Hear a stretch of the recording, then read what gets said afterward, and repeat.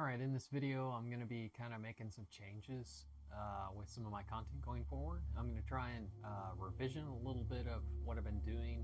I've been kind of buying a lot of different games and stuff and just kind of showing just a little bit about them, talking about them. I've made quite a bit of acquires or collections through mainly PS2 games lately. Instead of just going through them individually, what I'm going to be doing is as I make my purchases, I might make a big pile of them and just kind of go over, just kind of the collection of stuff, the reason why I bought it, that kind of stuff. If there's any kind of connection or if I've actually played it. A lot of the stuff I've been collecting recently is stuff I've never really was able to play. For example, on the old PlayStation 2.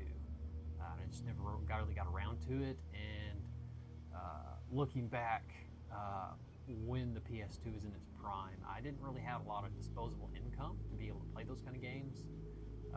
So I was always had to be very particular and just I could only pick out so many different things to play because of being limited with funds as being a kid and just not having a job and being able to pay for those kinds of things. A lot of them were given through either birthdays or Christmases or just allowances through odd jobs and kind of stuff. But anyway, I'm kind of getting off on a little bit of rabbit trail on that. But I'm going to be kind of going over some acquires to my collection that I made over this holiday.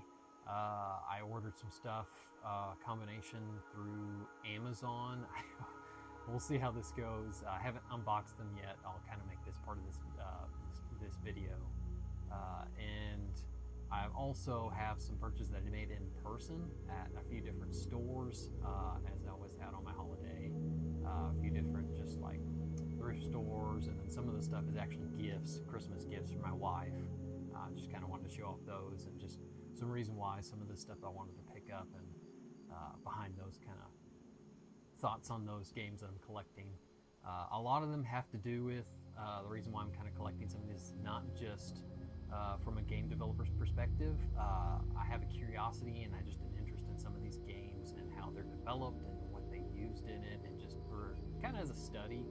But a lot of them are also, since I'm kind of choosing a lot of PlayStation 2 stuff, I really want to build a physical library that's good for my family, good for my kids, that they can play and just kind of be detached from that modernization of a lot of games they're going these days, where they have monetization, loot boxes, and forever type gameplay systems where they constantly keep doing updates and keeping you in, and constant dopamine fixes on those kind of aspects of it. I can get more into that in another video on some other stuff, but it's not really the purpose of this video.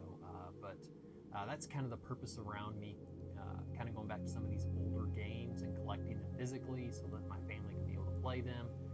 One of the biggest things I like about some of these playing on the physical hardware in these kind of systems is because, well, I mean, back in the day, in the early 2000s, online games weren't as relevant. So typically, if you're going to play a multiplayer game, you sit down on the couch and you play with each other. The way I see it is I want my family to see it as like a board game. If we're going to play video games, we're going to sit down on the couch, we're going to play. It's going to be a social interaction between each other. Not for any long lines of like, online games and stuff. They're great. I'm just not a massive fan of it. I've tried to get into them like MMOs and all sorts of different online games. I used to be a big fan of Battlefield series, but it's just kind of, I've gotten out of that algorithm and I'm just kind of looking more toward social interaction, in-person social interactions. They're just really healthy to be able to have those in-person gaming experiences. I grew up that way, grew up a lot on the NES and Nintendo, N64.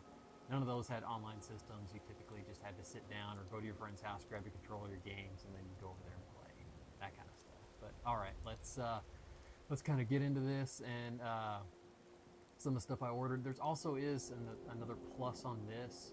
Not all of its games. I'm going to be doing a little bit of an updates to my recording setup. I'm really needing to do this upgrade.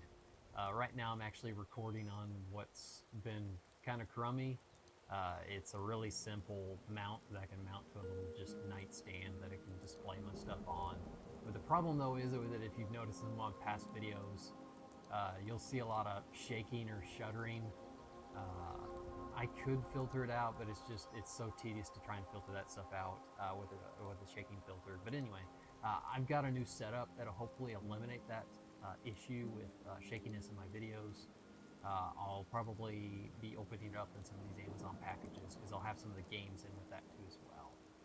But all right, let's go ahead and dive in here and look over the stuff that I've been collecting this holiday. I'm gonna kind of start off with just some of the stuff that I picked up over the holidays. But before I do that, there is some stuff that I've picked up just a little bit. I think it was this fall. Most of this stuff I picked up. I'm just going to go through it real quick. Some of it I'm going to be probably doing some reviews on soon. And it's going to be a new series that I'm going to be starting, and I'll also do an intro video on that. But I'm not going to get into details on that because I'll describe that in my introduction video on my review series that I'm going to be doing. But anyway, here's some of my stuff I've collected this fall and over the summer. Pretty much I collected Lord of the Rings: The Third Age. I got Lord of the Rings: Return of the King, Two Towers. I collected all these because I actually had these all back in the day on the PlayStation 2. I was a really big fan of the Lord of the Rings series. And it was an easy grab. I mean, I love the series. I love Lord of the Rings. I love the books. And so I just picked them up, and I had a lot of gameplay in the Return of the King. This is great couch co-op too. It's 2-player co-op. It's a hack and slash. If you've played Star Wars Episode 3, Revenge of the Sith for PlayStation 2, it's basically almost the same thing, but just themed differently. I actually prefer the Star Wars game a little bit more over this, just because a few different mechanics and how the combat works. But this game can be very challenging. I definitely remember back in the day, there's a lot of trial and error in it. It's that typical 90s, 2000s kind of era game progression to where you have to really dedicate yourself to figuring out the challenge and conquering it. And once you conquer it, there's a massive achievement that comes with it. But this is just kind of one of those challenging games that's fun. I'd forgotten how hard it was, at least to me right now. It's which I'm also really rusty. I haven't played it for years, but I was terrible with it. But anyway, there's lots of things I also forgot, and just knowing how to get through the levels can really help you fly through it. But this has been a really fun grab. This one I've been playing, I've gotten about 20% in it. I will eventually do a little bit of a review with it, but I'm not going to get into it much. But these are all complete unboxing. Actually, this one's not. The Two Towers I remember I picked up, and it didn't have its manual, but I believe this one has its manual, which is nice. Granted, it's greatest hits. I really don't care. I'm fine with greatest hits. I'm glad that they don't have the red cases. They're actually black. I know, like the PlayStation 3, they actually greatest hits, they have black cases, which I don't really care for. But yeah, you can see the manuals there. I was happy to pick up these because that's stuff I played. And here's a couple that I never really got and I actually wanted. I wish I would have rented it back in the day, and I probably would have liked them. I've heard a lot of really good things about The Hobbit. This one right here. I really love the book, The Hobbit. So I definitely know I'm going to enjoy this series. It's a little bit more cartoonish than some of the other games here, like the movies. And this here, Lord of the Rings: Argon's Quest. I'm pretty much picking it up blindly. I've heard some mixed reviews online, but that's something I may also create some more content on, talking about. Reviews can really kind of just sway you a little bit too much, and then you just don't jump into something and trying it blindly and experiencing it for yourself. That's something I used to do back in the day, because I didn't always go online and check, hey, what do people think of this? Check the reviews and stuff. And I just went to the Hastings or whatever kind of rent store like Blockbuster, and I rented the game and I played it. I experienced it for myself. Now, there's something about experiencing it yourself over just reading review after review and letting it sway your own opinion on something that you're gonna do. For example, since we're specifically talking video games. But anyway, that's why I picked up these two, and I already know that The Hobbit's going to be a really good game. I just picked up Argon's Quest because I figured this might be something fun too to play. As far as actually like streaming some of this stuff, I have no clue. it really mainly boils down to if there's any copyright stuff. These three right here, definitely not, because they have a lot of clips and stuff from the movies and stuff, and a lot of copyrighted music. I might be able to do The Hobbit no problem. This is a very nice thick book too. It's really nice. So these are both complete too. They have their manuals, which I'm super happy about. This is something I've never played. I actually saw in past research about just searching for Bible games in general. I feel like this kind of genre in video games is severely lacking. And this is another reason why I have decided to be a game developer. My plan is to kind of fill this gap. But anyway, this is kind of like, I haven't really played it actually, but from what I can tell, it's kind of like a Bible-themed version of like Mario Party or something. So you can play up to 4 players. There's all sorts of just different mini activities you can do on it. I picked this up super cheap from Goodwill online. It's complete in box, and it's really good shape too. So I'm happy to try this out and play this with my family. I probably won't do any content on this, but I just figured I'd show it off. These are just some of my additional finds that I got through. This is mainly summer through fall. These were the accusations when I got those. These right here that I'm going to show next, I'm going to show first some of the gifts that I gave my wife. I made a recent video on this one where I actually bought the disc only, so of course I don't have the manual, unfortunately. I should have went ahead and just CD's pretty good shape, and it was work. I've already tested all these. I should have just went ahead and forked over the $50 to buy this from Game Exchange or something, because they had a really nice copy there, but this one's good too. I just used a brand new case for it, and I did a printout myself. But I'm really happy that I got this. What I'm going to do with these series, these Harry Potters, is my wife's a huge fan of the Harry Potter stuff. So what I plan on doing is, this is something also from like the 90s and the 2000s. It's not really like multiplayer games, but this is something I used to do with like my brother and some of my other friends. Like for example, if you sat down, you guys were playing N64, playing Super Mario 64, and it's obviously single player. Well, what you do, your friend died, then you hand it over the controller, and then it's your turn, and then vice versa. You keep doing that. You find little checkpoints or whatever, or whether you die, then you hand over the controller and keep playing. You can make single player games fun and actual couch co-op. This is just another thing you can do that's fun, that you just kind of had to be creative back in the day, whenever you were really limited on what games you had and what you had to play, and whenever, well, if you had a sibling and you wanted to play at the same time, you just took turns. So that's just kind of some of those compromises that you just kind of come up with game playing back in the day. But that's my plan with kind of this with my wife, is we'll probably play it together and roll through it. Should be a pretty quick play from what I've seen online. It's like 8 to 10 hours. But she also, this is just pretty much her backlog. I got Harry Potter's and the Philosopher's Stone and the Chamber of Secrets. This year's actually complete in box. I got the complete here. Pick it up at my local Game Exchange. Play this through with my wife. And of course, I wanted to just start out with the first 3 books. Philosopher's Stone, Chamber of Secrets, and The Prisoner of Azkaban. As you can notice, the animation kind of changes. They almost get in this Prisoner of Azkaban more like the characters in the movies. And I think from this one going forward, they just traditionally kind of, with the graphics, they take them more as the personal appearance. Because, I mean, you look at this, you can tell they took more of the favor from the books than you actually did here. Well,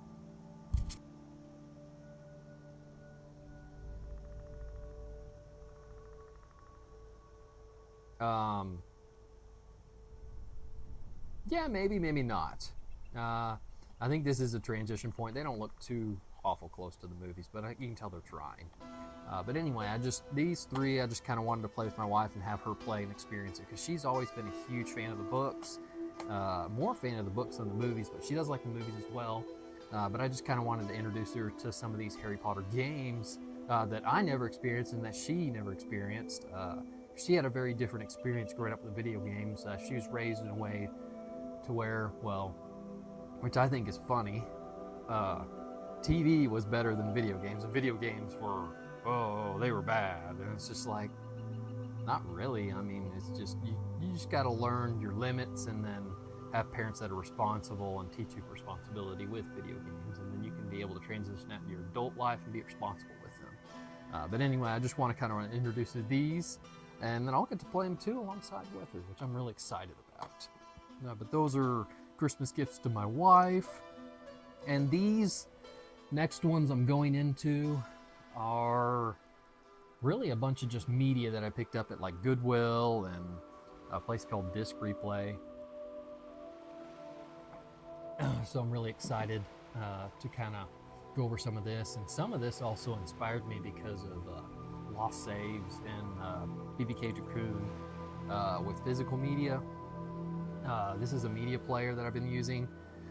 Any kind of music that I actually have already physically, like for example this I just purchased recently, I'll rip it and then I'll put it on this, and then I can use this for casting Bluetooth, whether in the car or whether at home in our stereo system, or just passively on my soundbar while I'm working. And it's just great because I don't have to worry about using my phone and it being occupied, and if somebody calls me, then it's interrupted, of course.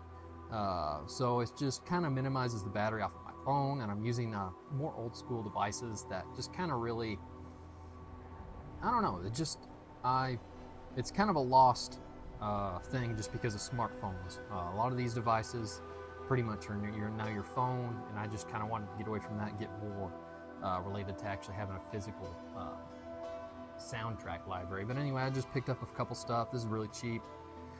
Newsboys, Josh Groban, and some Frank Sinatra, excuse me. I'm a big fan of Frank Sinatra, probably because of the Fallout series.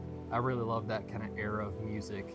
But this will be good cheap stuff. It's only like $1 at Goodwill, and then you can be able to rip that, put it on your digital soundtrack library. Here's some DS games. This is mainly for my daughter and for my kids. I'm a big fan of the DS. It's was really my favorite Nintendo handheld. I had a few games of it growing up. I mostly played the Game Boy Advanced, and I played Zelda: A Link to the Past a lot. Of course, the DS also is backwards compatible to Game Boy Advanced. But these will be hopefully neat games for my kids to play and just be good entertainment for them on the road or just even at home. But these are other finds that I found in Goodwill and other thrift shops that I found, and also Christmas gifts. This was my most exciting find right here. This game, Champions of North, I played quite a bit back when I originally had my PlayStation 2. I remember picking it up, and I think the reason why I ended up being interested in it is because of, well, if you heard of the game EverQuest, I think it says it on here. Let's see. Yeah. I kind of figured at that. It's from the creators of Baldur's Gate Dark Alliance. I wish I would have noticed that back in the day, because no one actually bought those games, probably, back in the day. They do have an online system, which is probably no longer online anymore.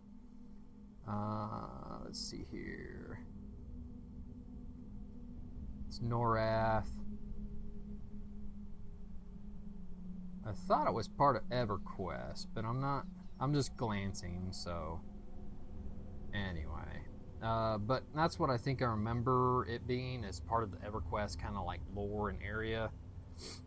So I was just kind of interested in that. I never really played EverQuest much, but I think what interested me most is because this was kind of like a Diablo 2 which I enjoyed it, and I played a lot back in the day. It was a lot of fun, a lot of hack and slash loot, good leveling system from what I can remember. I haven't played it. This is definitely something I'm going to review and do some new review videos.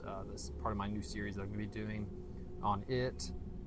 I could do some gameplay of this as well, but this is more of a casual play for me.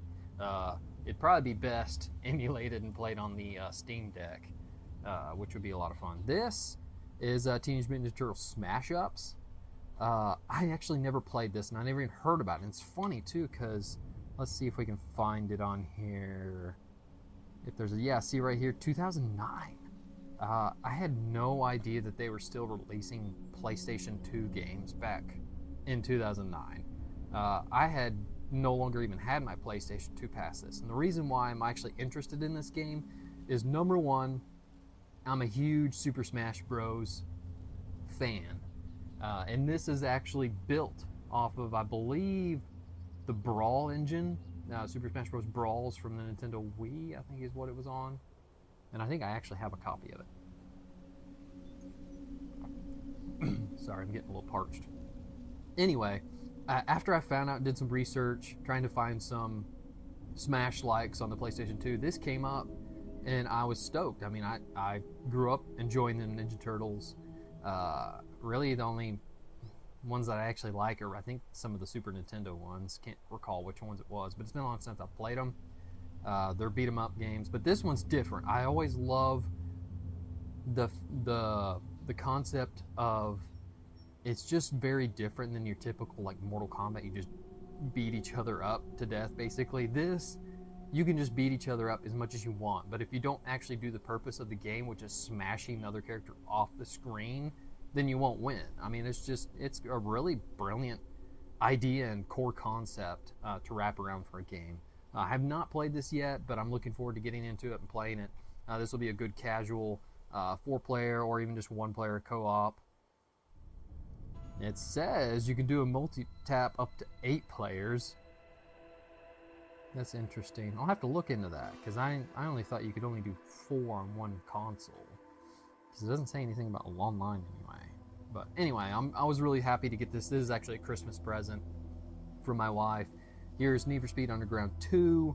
Super happy to pick this up. This is a racing game that I really enjoyed back in the early 2000s, so I'm looking forward to kind of casually playing this again. And this is something that I remember seeing, but I never did play, and it's actually kind of my town. I enjoy street racing games, so I'm going to give this one a whirl and try sometime. Did not come with the manual. That's unfortunate, but that's okay. That was another Christmas gift. These are some Goodwill finds. I just found Mass Effect 2 for really cheap. Destiny. This is actually, I picked up at another thrift store. See here, like $9. Portal 2. I picked up this just because it's co-op, and I kind of wanted to kind of build a little bit more of a multiplayer physical library for the Xbox. I have an Xbox One S. Have it really for the 4K UHD. But anyway, I just wanted to kind of pick this up for multiplayer co-op, and it'll be fun. I can play with my wife and the kids. That will be a lot of fun. But anyway, that's pretty much just the loot right here that I found over this holiday. Most happy about finding this. I actually picked it up for about $30. It can go anywhere from 30 to 45 online with shipping. So I was really happy to find it right around that mark, and actually find it in person. Finding it in person is actually so much more rewarding feeling when you actually find it in person versus just ordering them online, which I'm about to go through some of that stuff. I made some Amazon purchases. It's actually some Christmas gift money, so I just find, why not buy some PlayStation 2 games? So just give me a second here, and we'll start going through those. So this is pretty much concludes my loot haul for the 3rd and 4th quarter of this year. I just kind of wanted to show it off and just kind of reminisce and talk a little bit about it. But yeah, here they all are. These are just different accusations through Goodwill and Game Exchange and eBay, and plan on playing these with my wife. Super excited about those, and especially Champions of North. It's great that I found this game, and there's going to be a few others different stuff that I got here that I may create some content on. Definitely the ones that I play through, I'm going to be planning on doing some starting a new review series from a game developer's perspective. I'll just kind of, in a separate video, I'll just kind of explain what my plan is and how I'm doing that. But just to kind of conclude and show some things that are going to be in those videos on those review processes, I'm just going to kind of break down and tear down aspects of core mechanics, just, from a game review from a game developer's perspective. It'll be fun. I hope you join me in those in that new series once I start doing that. But anyway, I hope you enjoyed kind of looking over this loot haul. I hope I've kind of inspired you to look at actually collecting physically, whether it's games, movies, media, whatever it is. It's unfortunate that these days we live in a commercial industry to where everything's subsidized to an extent because there's ad revenue type stuff in things. To me, it's just been a slow transition over the years. It's always kind of been there, and even some kind of monetization type forms has kind of always been there. Like if you think about it from a retro perspective, arcades, old school arcades where you insert those game systems worth your quarters or tokens or whatever. I mean, that's the same thing as monetization. And you need more lives, you need to continue. It's always kind of been there for a long time, but this is a different context. Actually owning the physical media, you own it and you can play it, and you have no consequences online-wise that they take it away from you. There's been some issues with people playing online games and just different aspects of that they end the service, well, then you can't play it anymore. That's another fact that some of these older games are great because the games are 100% on it. Some newer games are actually just partial installs and it requires an online installation. Not a big fan of that process, but I understand from a business standpoint, Blu-rays and higher-end CDs that have multiple layers to hold more, 80 plus gigabytes of data, they're expensive. So I understand those concepts, why they do that. It reduces costs, and they're also larger scopes for games require more money, and longer development times. My opinion, a game doesn't have to be the top tier, best realistic graphics, best features, all that kind of stuff. I mean, this is all opinion based, but you can make a game like this from 2000, or 90s and still be super successful. I mean, you see that in the indie field, game studios a lot, where they release games that are actually pretty much used modern systems, modern engines, and use a lot of older concepts of game designs and are very successful with that. Anyway, I'm just kind of rambling here. Thank you for joining me and checking out my new loot. I hope that you, if you want to see more continuous content like this, go ahead and hit that subscribe button for more future content. And as always, be positive, be creative. Thanks for watching. Goodbye.